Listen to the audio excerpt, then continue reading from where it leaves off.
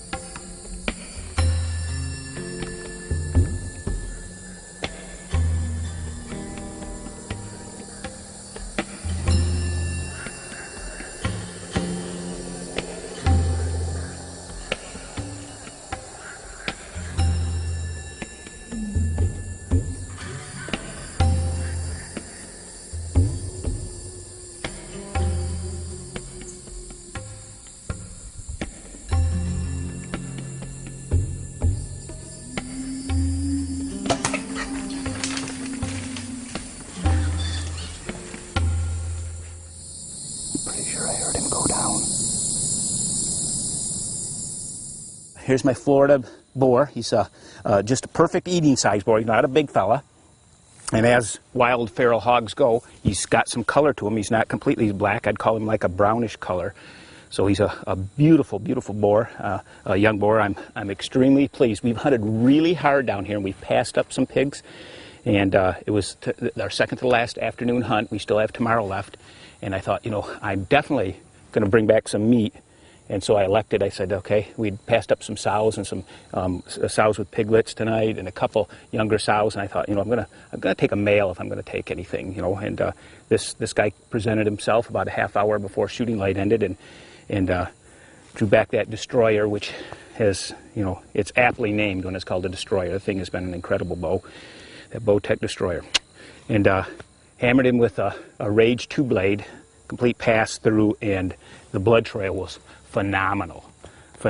And people ask me why I use Rage broadheads. All you had to do is follow me on this blood trail tonight. It's just unbelievable, and that's why I use them. I mean, in tough tracking conditions like this, where it is tough, super thick, nasty, you want a broadhead that puts game down in quick order. You want your adversary taking a dirt nap in seconds. That's why I use Rage broadheads right there in this, cut and dry. One reason. Short, sweet, successful blood trails.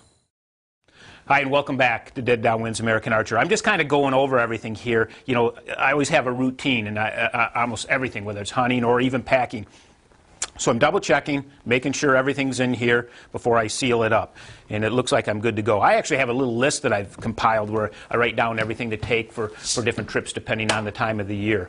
And speaking of time of the year, in hunts like this, when you're hunting pigs, they like a lot of animals, they're nocturnal. They like to move that last half hour. And that's the beauty of, having Luminox on my arrows to see that hit. And it also helps you oftentimes find them because they like to move that last half hour. If you're going to have any action when you're pig hunting in the evening or even in the morning, it's usually the first half hour, first hour, or the last half hour, an hour. And we found that to be true over and over again on this Florida pig hunt.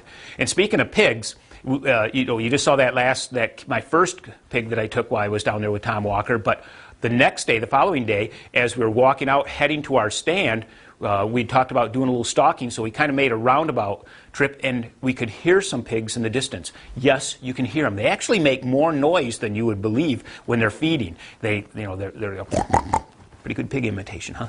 And they're feeding around and they're rooting and things and moving the palmettos and things are rustling, and you can hear them from a pretty doggone good distance. So we heard these pigs, made a stalk, did some, well, I'm getting ahead of myself. I'm starting to tell you before you get to see it. But we got up close and personal with a few pigs, as you're about to see. You can hear them a little bit ahead of us. They're moving, so we're going to try to sneak in, which is going to be really tough to do in these thick palmettos. But maybe we can get in close enough, at least take a look at them. Maybe get a shot.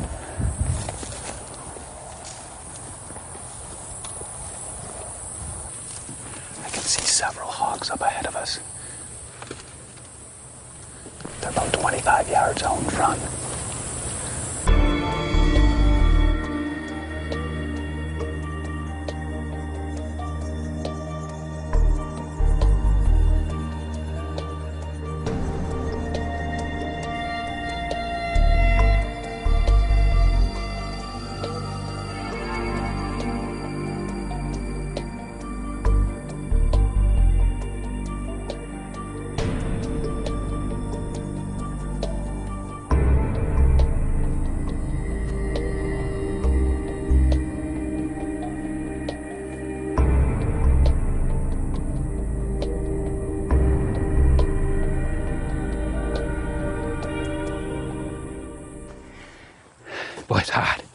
What a great stalk. That was fun as heck.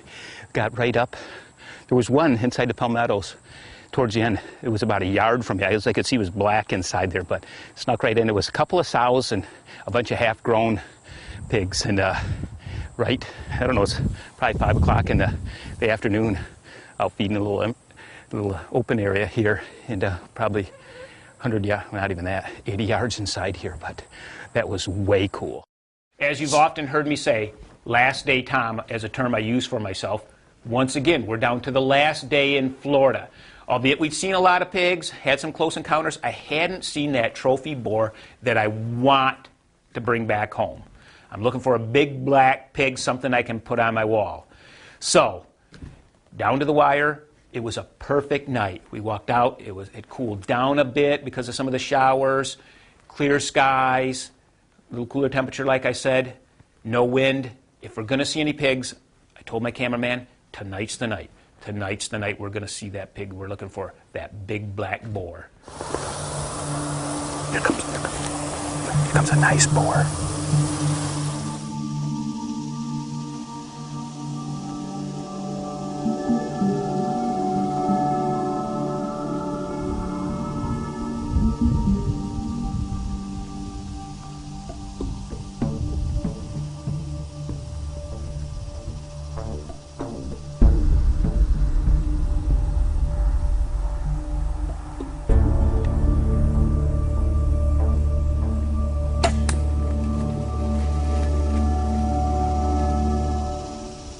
This is the real deal down here in Florida hunting. This is the real deal, as they say. Very tough conditions, super spooky wild hogs, and these big boars, they don't come out till dark. And when I say dark, I should say the last half hour. This is when they show up, and we put our time in.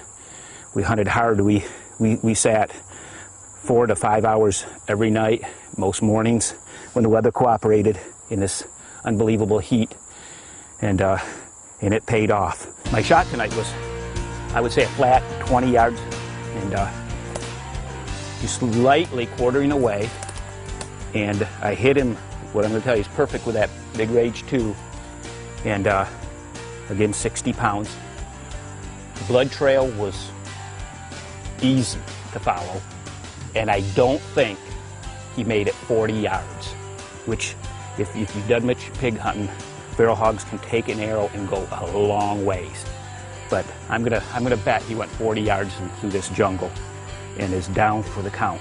But he is a gorgeous black feral pig, and I've shot a bunch of them. This one, you know, oftentimes I put the value on a trophy by the hardships endured in acquiring said trophy. And this week we fought mosquitoes, in extreme heat, long hours in the stand, and it's been an arduous hunt. A lot of fun, don't get me wrong, but I paid my dues to take this big fella, and he's going to go on the wall. I'm going to mount this pig because I won't forget this week. What a great trip, great trip. And I want to throw out right now a special thanks to my new good friend, Tom Walker, and his lovely wife, Ashley, who's assisted us immensely this week on the hunt.